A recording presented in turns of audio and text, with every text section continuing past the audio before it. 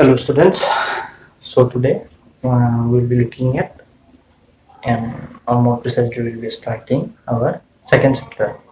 Okay, so second chapter of chemistry, that is acid, bases and salts. Okay, so I think about this chapter we have also learned about some part of this chapter. You have also learned about it in your standard 7, that is class 7. Okay, so here also you have a chapter whose title or the name of the chapter is completely similar, that is acid, bases and salt. Okay, so let us first recall some of the concepts. Okay, so in that chapter what we have learned, that what is acid. Okay, so one thing that you have learned, what is acid. So there you got that anything that tastes salt. Okay, so anything that tastes salt is acid. Okay, and the property, chemical property of an acid is acidic. That much we have learned. And we have also learned about litmus. So what is litmus? Litmus is an indicator. Yes, so there are two types of litmus indicator. One is blue litmus and the other is red litmus. Okay, so what you know, that in case of acid, when a litmus indicator comes in contact with acid, then we see that blue litmus will turn into red. Yes, and similarly for base, what we have learned, that anything that tastes bitter is known as base and it is slippery to touch. Okay, so that means when you touch a base, it feels like we are touching something like soap. That is, we will feel that it is very, very slippery. Yes, so in class 7 we got that anything that tastes bitter and which is slippery to touch is a base and its property is basic. Yes, its nature is basic. And similarly, what happens when you put a litmus paper, that is a red litmus paper, when you bring it in contact with base, then we'll see that the red litmus paper changes its color to blue. Yes, so that much we have learned. Again, what we have learned? We have learned about indicators. Yes, so what were indicators? So indicator. So what we have got? What is an indicator? If you try to recall from your class 7, that is standard 7 syllabus, so there you got that indicator is a substance which will change its color when it comes in contact with acid or base. Okay, so that means indicator help us to determine whether any substance is acidic or basic, and how it helps, that it will change its color as soon as it come in contact with acid or base. Okay, again here also we have seen 4 different types of indicator. So what were those? So you have learned about 4 types of indicator, and what were those? So that was litmus, turmeric, cyanogens and phenolphthalein. Okay, so you have learned about these 4 type of indicator. So you already know that litmus is obtained from a plant called lichen. Yes, and it gives a purple color solution. So litmus gives a purple colored solution. Yes, purple, or you have might find another term, it is mauve, MAUVE. So purple or mauve colored solution from lichen. Okay, so that is litmus. The another one is turmeric. You all are familiar with turmeric. So what we will see, in case of litmus, you will see that blue litmus will turn to red when it comes in contact with an acid, and red litmus will turn into red litmus paper will turn into blue when it comes in contact with base. Okay, similarly in case of turmeric, what we will see, that there will be no change in the yellow color of turmeric when it comes in contact with acid. Okay, so turmeric is yellow in color, and that yellow color will not change when it will be in contact with acid. But as soon as this turmeric will come in contact with any base, you will see that the yellow color of turmeric has changed into reddish brown. Okay, so similarly in case of cyanogens, what you will see, the cyanogens solution is light pink in color, but when it comes in contact with an acid, it will change into deep pink, and when it comes in contact with base, it will change into green. Similarly in case of phenolphthalein, you will see that phenolphthalein will not change its color, that is phenolphthalein solution is colorless. So when phenolphthalein will come in contact with acid, you will not see any color, but as soon as it comes in contact with a base, you will see the phenolphthalein solution has turned into deep pink color solution. Okay, so that means its color changes into deep pink. So these were the 4 indicators that we have already studied. Okay, so now before going into the chapter, in this chapter what you need, you have to have a very good concept of acid and base. Okay, and you have to also know that which are acids, which are base. Okay, so therefore now I will be discussing some of the examples of acid and base that you will be requiring. Okay, so some common examples of acid and base. Okay, so here first we will be discussing about examples of acid. Okay, so we know that there are two types of acid. Okay, that we have already studied in class 7, that acids can be of two types. One is mineral acid, another one is organic acid. So what is mineral acids? So mineral acids are those acids which are found from the minerals present in earth. Okay, so that means these can be produced from different minerals or different chemicals which is present in the earth. Okay, earth surface or from earth. And what are organic acids? Organic acids are those acids which are present in living organisms. Okay, so if the acids which will be present in some fruits, the acids which are some present in some animals, human beings, or which are produced by some microorganisms or present in some part of the tree, then such type of acids which are present or can be obtained from living organisms, such acids are known as organic acids. Okay, and always we know that mineral acids are more stronger than organic acids. Okay, so mineral acids are more stronger. Okay, so here I have made the list of 4 mineral acids, so that will be very essential for your course of class 10, that is for the syllabus of science of class 10. You require to know the list of these many acids. Okay, so these 4 mineral acids are, I think, will be sufficient for your class 10 course. Okay, so the first is sulfuric acid and its formula is H2SO4. The second one is hydrochloric acid and its formula is HCl. Third is phosphoric acid, formula H3PO4.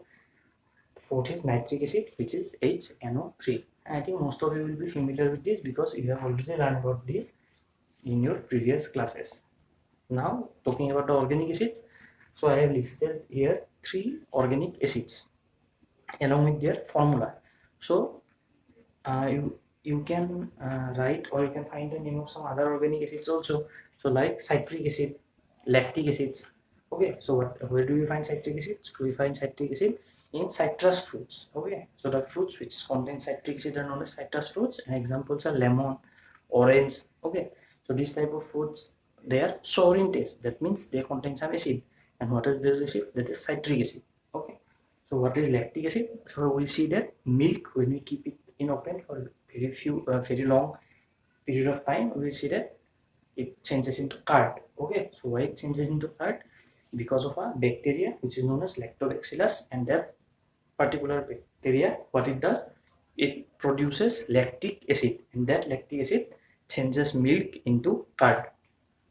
Yes, so again you know that the ant and bees, when they sting us or they bite us, simply in our common language we say they bite us, that is known as their sting. Okay, and in their sting, what is present, they have an acid, and what is their acid? Formic acid. Okay, and due to this formic acid we feel pain whenever ants or bees or wasps they sting us. Okay, and the formula of formic acid is HCOOH. Okay, then we have tartaric acid. So tartaric acid is present in tamarind. Okay, so fruits like tamarind. So this is also required because tartaric acid is required to produce baking powder. Okay, so for that purpose we will be requiring the formula of tartaric acid. And the other acid which is directly related in your course, organic acid, that is acetic acid. Okay, acetic acid, and where acetic acid is present? Acetic acid is present in vinegar and its formula is CH3COOH. Okay, so acetic acid is also known as ethanoic acid. Okay, so this acetic acid is directly mentioned in your syllabus of class 10 also. Okay, so I think we will be studying chapter 4, that is compounds of carbon. there you will be knowing in details about acetic acid. So this is the list of mineral acids and organic acids that you will be requiring for your class 10 syllabus. Okay, so now we'll be looking at some of the example of bases. So bases, I am not going to make any list, because there are many types of bases and you will be requiring bases like sodium carbonate. Okay, so I think it is better to make a list. So but I am writing a few names here, so that it will be easy for you to remember those, because those are the most common bases that we will be requiring. So this is the list of some of the common bases that you will be requiring in your syllabus of class 10. The first is sodium hydroxide, which is the most common basis that you will come across. Again, one name I have not written, that is potassium hydroxide. Okay, potassium hydroxide, and its formula is, what is the formula of potassium hydroxide? Its formula is KOH. Okay, so this is also required in your syllabus. Again, calcium hydroxide, which is also known as slaked lime. Okay, so you have already got about this. You have read about this in your first chapter, slaked lime. So what is slaked lime? Calcium hydroxide, and it is a base. So remember one thing, that oxides and hydroxides of all the metals are basic in nature. Okay, so that means all the hydroxides of metal will be base. Okay, so if you look at these examples carefully, you will see that all these examples are most of these examples, it contains hydroxides of metal. Okay, sodium hydroxide, potassium hydroxide, calcium hydroxide, magnesium hydroxide, even aluminum hydroxides, all these are bases. So that means hydroxides of all the metals are bases. Okay, so next we have sodium bicarbonate, or it is also known as sodium hydrogen carbonate, and its formula is NaHCO3. Okay, and where it is used? It is used in baking soda. Okay, then we have magnesium hydroxide, MgOH2, and this is also known as milk of magnesia, and it is used in antacids. So what are antacids? Antacids are the medicines that we take in case of acidity. Okay, so when there is acidity, we suffer from acidity, then we take antacids, and those antacids contains milk of magnesia. And what is milk of magnesia? It is nothing but magnesium hydroxide, and it is a base. And in acidity, during acidity, what happens? The amount of hydrochloric acid, that is HCl, in our stomach increases, and to neutralize it, we need a base, and this magnesium hydroxide is the base that is we are taking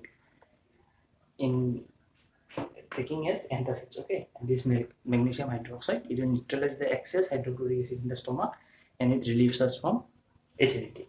Okay, so next we have calcium carbonate. It is again a base.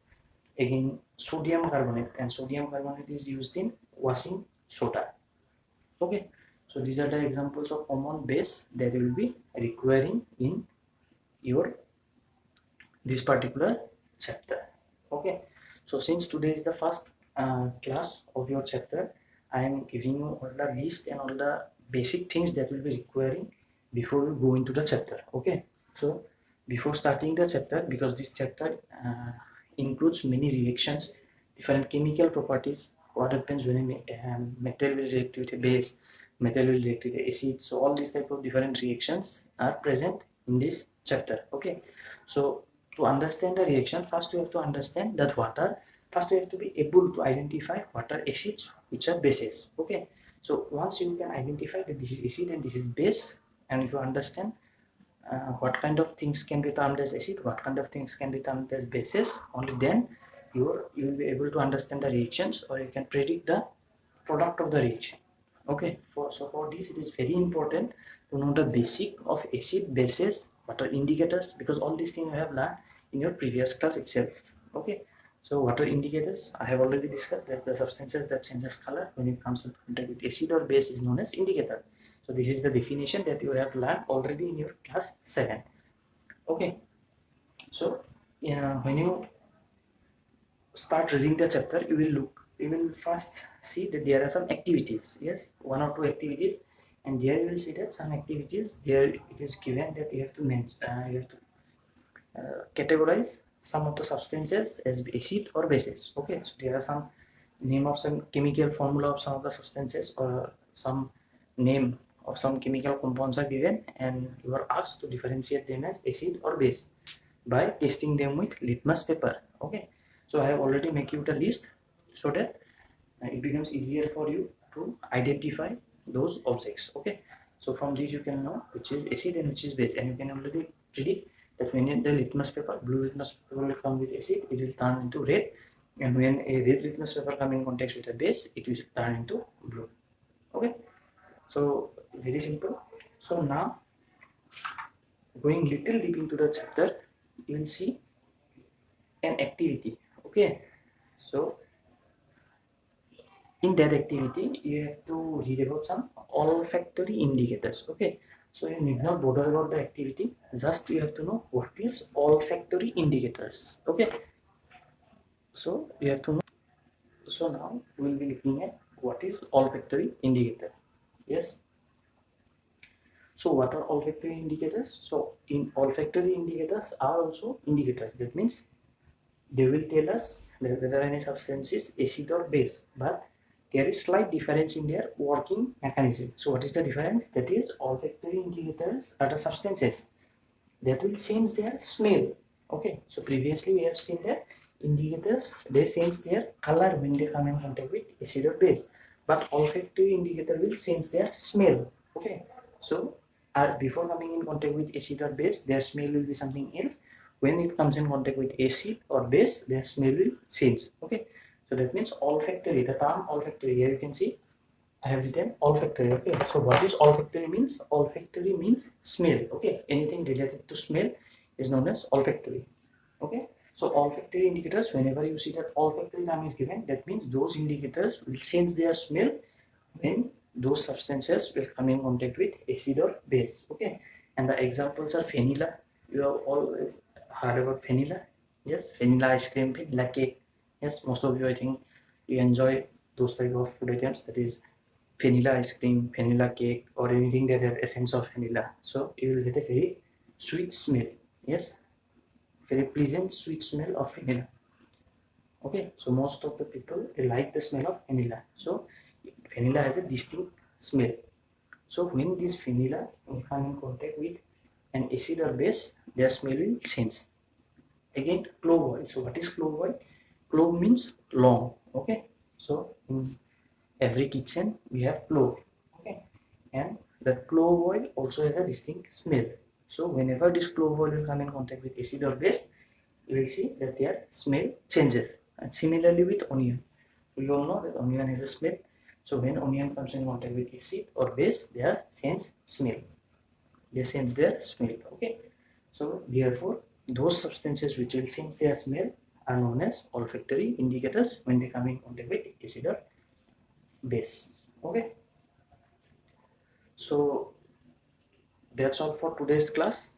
From our next class, we'll be going deep into the properties of acid and bases, their chemical properties, their physical properties. Okay, and we'll be going into the reactions. Okay, the reactions of acid and base with metals, with non-metals, with other compounds. Okay, or neutralization reactions, what happens there when they are dissolved in water, dissolved in different solvent. Okay, so all these are required. What is salt, how they are formed, all these things we will be looking as we progress along this chapter. Okay, so that's all for today's class, and thank you.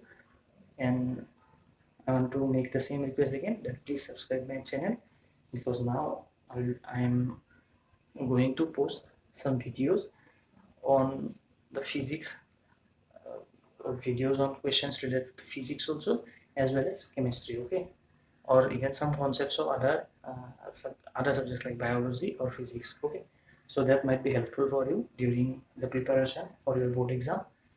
Okay, so that you can get the notification of those videos, please subscribe the channel so that you can get the videos. Okay, so thank you all.